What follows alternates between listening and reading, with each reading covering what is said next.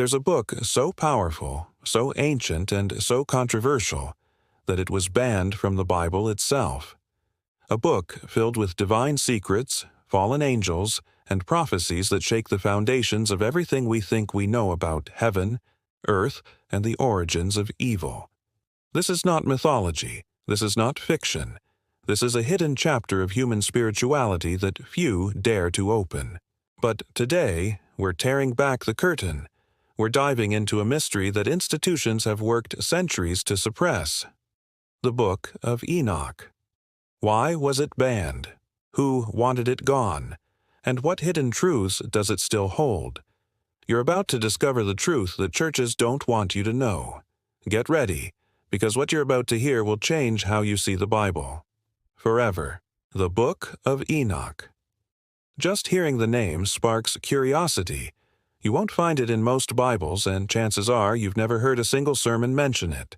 That's no coincidence. For centuries, this book has remained buried, ignored, censored, labeled as heresy. But why? What is it about Enoch that made ancient leaders so afraid of its message? To understand that, we need to go back, way back to the time before the Great Flood, before Moses, before even Noah.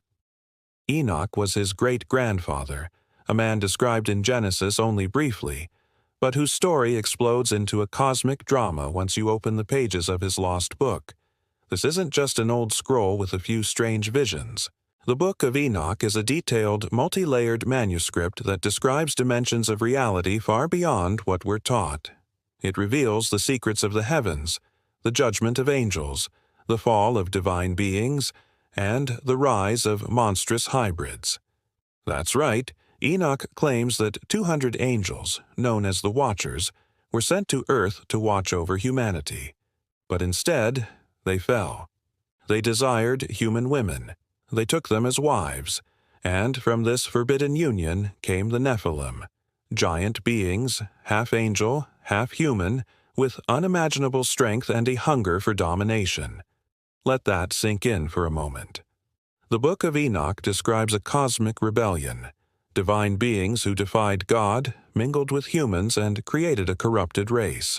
It wasn't just sin, it was genetic chaos, and that chaos, according to Enoch, was the real reason for the Great Flood. God didn't just wipe the slate clean because humans were misbehaving. He cleansed the earth of a contaminated bloodline that threatened creation itself. This is a completely different narrative from what most churches teach, and it begs the question, why don't we hear about this? Because if the Book of Enoch is true, if these fallen angels really existed, if the Nephilim really walked the earth, it changes everything.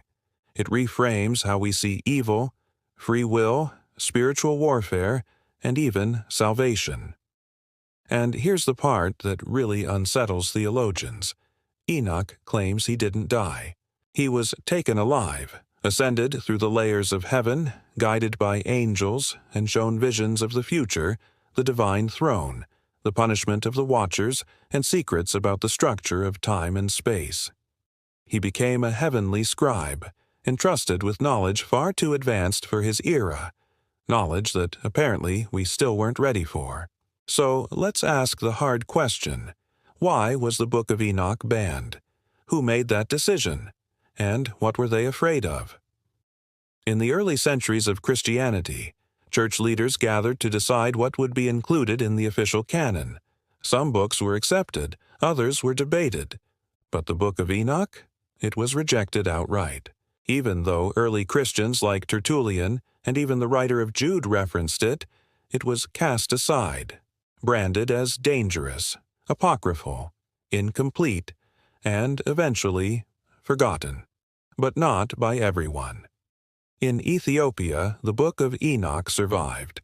Preserved in Ge'ez, the ancient language of the Ethiopian Church, it remained part of their sacred tradition. And when it was rediscovered by Western scholars in the 18th century, it shook the academic world. Suddenly, a book that was thought to be lost had resurfaced, intact, with stories that aligned eerily well with ancient Mesopotamian myths, forbidden gospels, and even modern theories about extraterrestrials and ancient technology. Let's be honest. The Book of Enoch wasn't just banned because it was confusing. It was banned because it was powerful, because it presented a worldview that merged the spiritual with the cosmic. It talked about star maps, the mechanics of time, the prisons of fallen angels beneath the earth, and the final judgment that would one day come for them. It dared to say what few dared to believe, that the war between good and evil didn't start with humanity. It started with heaven itself, and we are just part of that much bigger battlefield. Now, think about that. All the stories we once dismissed as myths, giants, angels falling from the sky, divine punishments, and secret wisdom, they suddenly take on a new light. What if they weren't fiction? What if they were warnings, preserved not to entertain, but to alert future generations about what's really going on behind the curtain of reality? That's what makes this so urgent. This isn't just about ancient books. This is about opening your mind to truths that organized religion tried to bury. So here's the challenge. Don't stop here. Don't let this be just another video you watch and forget. Go deeper. Look for the texts they told you not to read. Ask the questions they told you not to ask, because sometimes the forbidden knowledge is the key to real enlightenment. And once you open that door, you'll never see the world the same way again.